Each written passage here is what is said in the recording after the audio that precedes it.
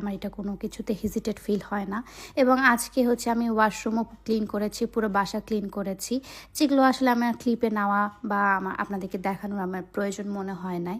But জীবন এভাবেই চলে। আপনারা মনে করেন যে অনেক সুন্দর একটা পারফেক্ট লাইফ, আমি মনে হয় বাসায় একদম শুয়ে বসে খাই, এমন কাজ কেউই করে না। সবাই বাসায় কাজ করে, সবাই সবার মতো করে কাজ করে, জাস্ট কেউ দেখায় কেউ দেখায় না, তাই বলে কাউকে কিন্তু আপনারা জাজ করতে পারেন না। তারপরের দিন ঠিক সকাল 8:30টায় আমার ফ্লাইট থাকে এবং এই ফ্লাইটে করে হচ্ছে আমি আমার বাসা মানে আমার হোম টাউন, আমার বাড়ি দিনাজপুরে যাব। খুব রিলিফ লাগছিল, এইটার এক্সাইটমেন্টে আসলে রাত্রে ঘুমাতেই পারছিলাম না এবং খুবই খারাপ অবস্থা ছিল। আমার চেহারা দেখে হয়তো বা বুঝতে পারছেন যে আমার ঘুম হয়নি, কোনো কিছু হয়নি এবং আমি বেশ টায়ার্ড ছিলাম, কিন্তু স্টিল নাও আমি খুবই টায়ার্ড। এত একটা লং 1 মাসের যে একটা ধাক্কা, এটা আসলে আমার কভার করতে অনেক টাইম লাগছে, বাট ব্যাপার না, জীবন তো এভাবেই চলতে হবে। তা আমি হচ্ছে জাস্ট বারবার চোখগুলোকে ঘষছিলাম, কারণ এত পরিমাণে ঘুম লাগছিল, অস্বাভাবিক একটা ঘুম লাগছিল। আর হচ্ছে ওই দিন অনেক রোদও ছিল এবং ওয়েদার একদম ক্লিন, মানে গরম তো আসলে পড়েই গেছে, আপনারা তো জানেন। সো ওয়েদার প্রচণ্ড একটা গরম ছিল এবং ভ্যাপসা একটা গরম মানে ঢাকায় পড়েছে। দিনাজপুরে অতটা পরিমাণে গরম না পড়লেও ঢাকায় প্রচণ্ড গরম ছিল। এবং তারপর পৌঁছে যাই আমি আমার সৈয়দপুর এয়ারপোর্টে। সৈয়দপুর এয়ারপোর্টে বিমান বাংলাদেশে ওঠার কারণে আসলে ফ্রিতে আমি দিনাজপুরে যেতে পারি। সো আমি এদের কোস্টারে উঠে গেলাম, মানে মিনি বাস যেটা বলে, মিনি বাসে করে উঠে গেলাম এবং আমি আমার চেহারাটা একটু চেক করছিলাম যে আদৌ আমার চেহারাটা ঠিক আছে কি না।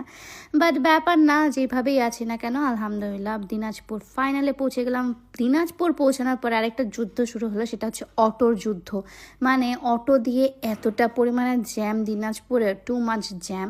অটোর জ্যাম তো অস্বাভাবিক একটা জ্যাম। সো কিছু করার নেই, অটো তো অটোর মতো করে চলবে। তারপর আমি আমার বাসায় চলে আসি এবং বাসায় এসে দেখি যে মা আমার জন্য হচ্ছে গেটে দাঁড়িয়ে আছে এবং আমাকে বারবার বলতেছিল ফোন করে করে, কোথায় তুমি, কত দূর কত দূর। এবং এই যে আমার মা চলে আসলো আমাকে রিসিভ করার জন্য। এবং এই যে আমি আমার আমার রুম, আমার ফেভারিট রুম, এই রুমটার মতো শান্তির রুম আমার কোথাও লাগে না।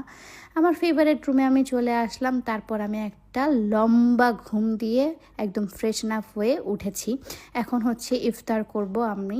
একদম দিনাজপুরে এই ফার্স্ট এবং লাস্ট হয়তো বা এই রমজানে আমার ইফতার করা, কারণ আমার তো আসলে রমজান মাসে দিনাজপুরে খুব কম আসা হয়।